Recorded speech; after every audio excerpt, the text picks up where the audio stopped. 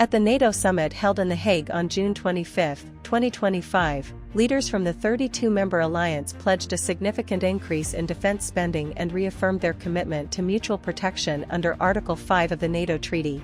The summit was brief and carefully orchestrated to accommodate U.S. President Donald Trump.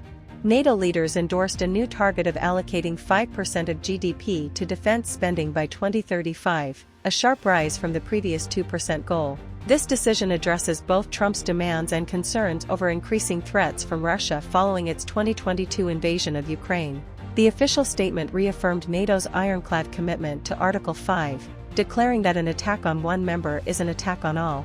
Trump had previously caused alarm by saying there were numerous definitions of the clause, but at the summit, he reassured allies, stating, "We're with them all the way." The new spending breakdown includes 3.5% of GDP for core defense, such as troops and weapons, and 1.5% for broader security needs like cybersecurity, infrastructure resilience, and protection of pipelines. NATO Secretary-General Mark Rutte acknowledged the financial challenge for European nations and Canada but emphasized its necessity, citing the current international security climate. Rutte, the former Dutch Prime Minister, noted full backing from NATO members, though Spain insisted it could meet its obligations without hitting the 5% mark, a stance Rutte diplomatically accepted to keep the summit smooth.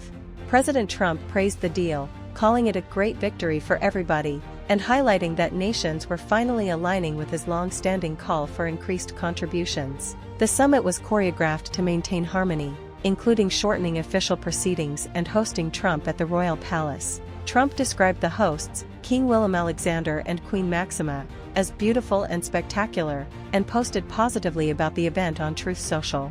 Belgium's Prime Minister Bart de Wever labeled the spending hike as historic, urging Europe to take greater responsibility for its security. Trump also met briefly with Ukrainian President Volodymyr Zelensky, referring to him as a nice guy, and claimed ongoing discussions with Russian President Vladimir Putin. However, NATO will steer clear of Kiev's membership bid for now, as Trump has rejected it. Despite differences, NATO leaders emphasized unity, with Rutte affirming that U.S. commitment to Article 5 remains firm and unwavering.